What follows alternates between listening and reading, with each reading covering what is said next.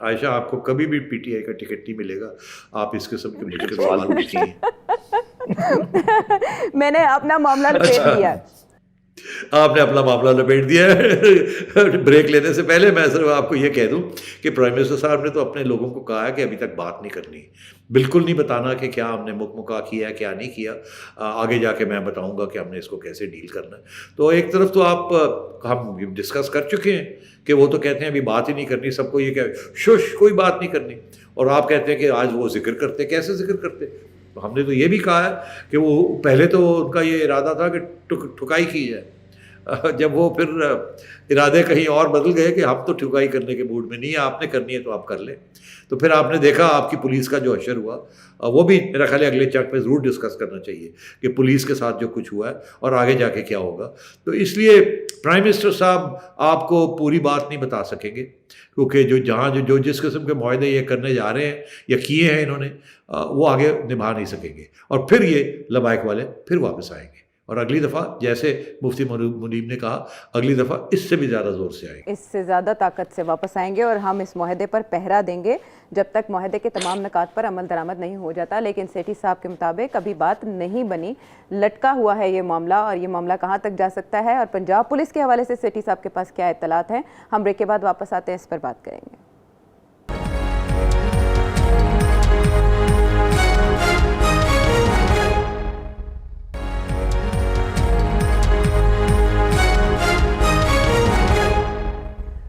Welcome back to the شو. جب ہم تحریک لبیک پاکستان کے معاملے کی بات کر رہے ہیں تو اس سلسلے میں ہم دیکھ رہے ہیں کہ جب فواد چودھری صاحب نے ایک ٹویٹ کر کے ایک مذہبی جماعت اور سیاسی جماعت کے درمیان کمپیریزن کیا تو اس پر سنی تحریک نے ان کے استعفے کا مطالبہ کر دیا ہے, اور ان کا یہ کہنا ہے کہ ان کی یہ باتیں اشتعال دلانے کے مترادف ہیں. اور دوسری طرف ہم دیکھ رہے ہیں کہ جو معاہدہ ہوا جس کی شکیں کسی کو نہیں معلوم, اس پر پہلے پیپلز پارٹی اور اب نون لیگ نے بھی مطالبہ کر دیا ہے کہ مشترکہ سیشن میں پارلیمنٹ کے اس معاہدے کو زیر بحث لایا جائے. اور ایک اور اہم نقطہ اس میں یہ ہے کہ ہم inspector general of Punjab police Rao سردار علی خان کو سن رہے ہیں کہ انہوں نے لاہور پولیس پر برہمی کا اظہار کیا ہے کہ انہوں نے سارے معاملے کو نان پروفیشنل انداز میں ڈیل کیا. سیٹھی صاحب, خبریں گردش میں ہیں کہ ایک اور تبدیلی ہوئی چاہتی ہے, کون تبدیل ہو رہا ہے؟ پنجاب پولیس, اور اگر ہم لاہور پولیس کی بات کریں تو 8 جوانوں کی شہادت کا نذرانہ دیا انہوں نے اس سارے عرصے میں. عائشہ, میری خبر یہ ہے کہ عمران خان صاحب خوش نہیں ہیں آئی جی صاحب کے ساتھ. ان کا یہ خیال ہے کہ یہ آئی جی نے صحیح طریقے سے کنٹرول نہیں کیا لبیک کو, اور مگر یہ آج کی بات نہیں ہے, اس سے پہلے بھی خبریں مجھے مل رہی تھیں کہ بڑ ہو رہی ہے وہاں. اور آپ نے دیکھا یہ 7ویں آئی جی ہیں, کیونکہ اس کی وجہ یہ ہے کہ جو خان صاحب چاہتے ہیں وہ کوئی آئی جی نہیں کر سکتا. بہرحال وہ کیا چاہتے ہیں وہ الگ بات ہے, مگر اگر وہ یہ سمجھتے ہیں کہ وہ آئی جی پولیس جو ہے وہ ان کا نوکر ہے تو ایسے نہیں ہے. These are senior civil servants, بڑی محنت کے ساتھ اس عہدے پہ تک پہنچتے ہیں, ان کی ضمیر بھی ہوتے ہیں, ان کی پروفیشنلزم بھی ہوتی ہے. اس وقت جو سچویشن ہے, میں دیکھ رہا تھا کہ آئی جی صاحب راؤ صاحب بڑے ناراض ہیں اپنے افسروں کے ساتھ.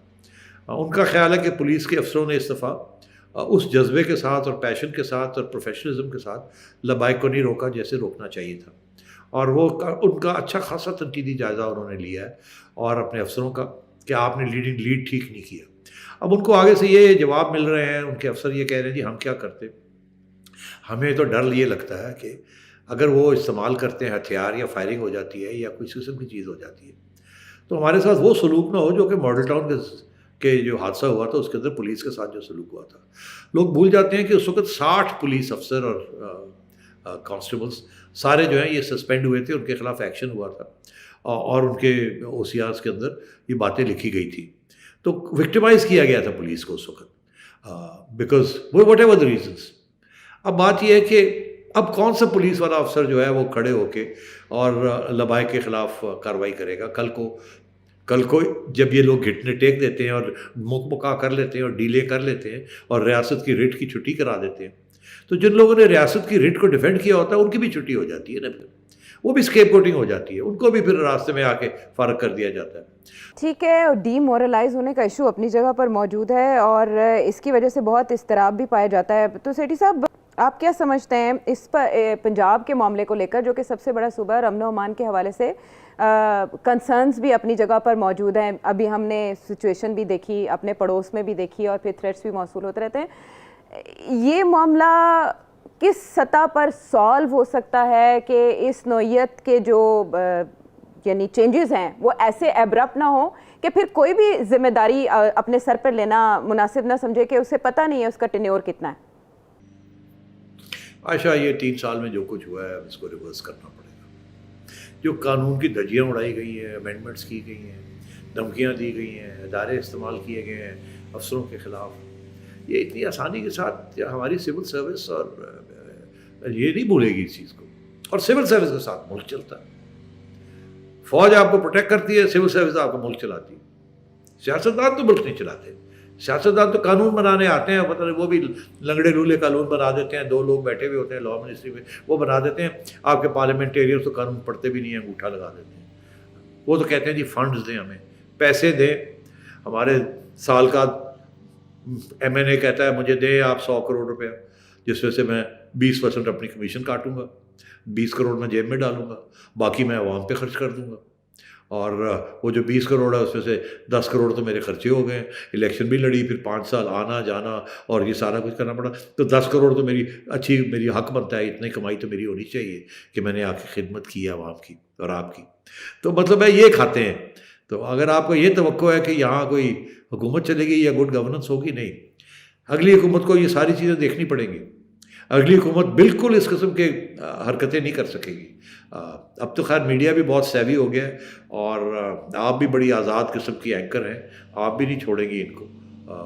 اور میرا خیال ہے ہم سب سبق سیکھ جائیں گے اس سے. ہاں ہم تب نہیں چھوڑیں گے جب ہمیں چھوڑ دیا جائے گا. ہمارے وزیر اعظم ہمیں بتا چکے ہیں کہ سکون صرف قبر میں ہے. سیٹھی صاحب سے جب ہم نے یہ پوچھا کہ اگر ڈول پہ ڈول نکالا جا رہا ہے اور پھر بھی چینج نہیں آ رہا تو پھر کیا کرنا چاہیے, سیٹھی صاحب یہ فرما رہے ہیں کہ تبدیلی کے عمل کو ریورس کیا جانا چاہیے اگر اس کے ثمرات عوام تک نہیں پہنچ پا رہے. جبکہ دوسری جانب ہمارے وزیر اعظم کا یہ کہنا ہے کہ تبدیلی کے لیے 5 سال کافی نہیں ہے, اس کے لیے عرصہ زیادہ ہونا چاہیے. اسی پر ہم کنکلوڈ کر لیتے ہیں آج کا پروگرام. ٹیلی ویژن اسکرین پر آپ کے سامنے ہے ایک نمبر, ویڈیو میسج کے ذریعے سیٹھی صاحب سے اپنا سوال پوچھیے اور ہم تک اپنا فیڈ بیک بھی پہنچائیے. اگلے پروگرام تک کے لیے اللہ نگہبان.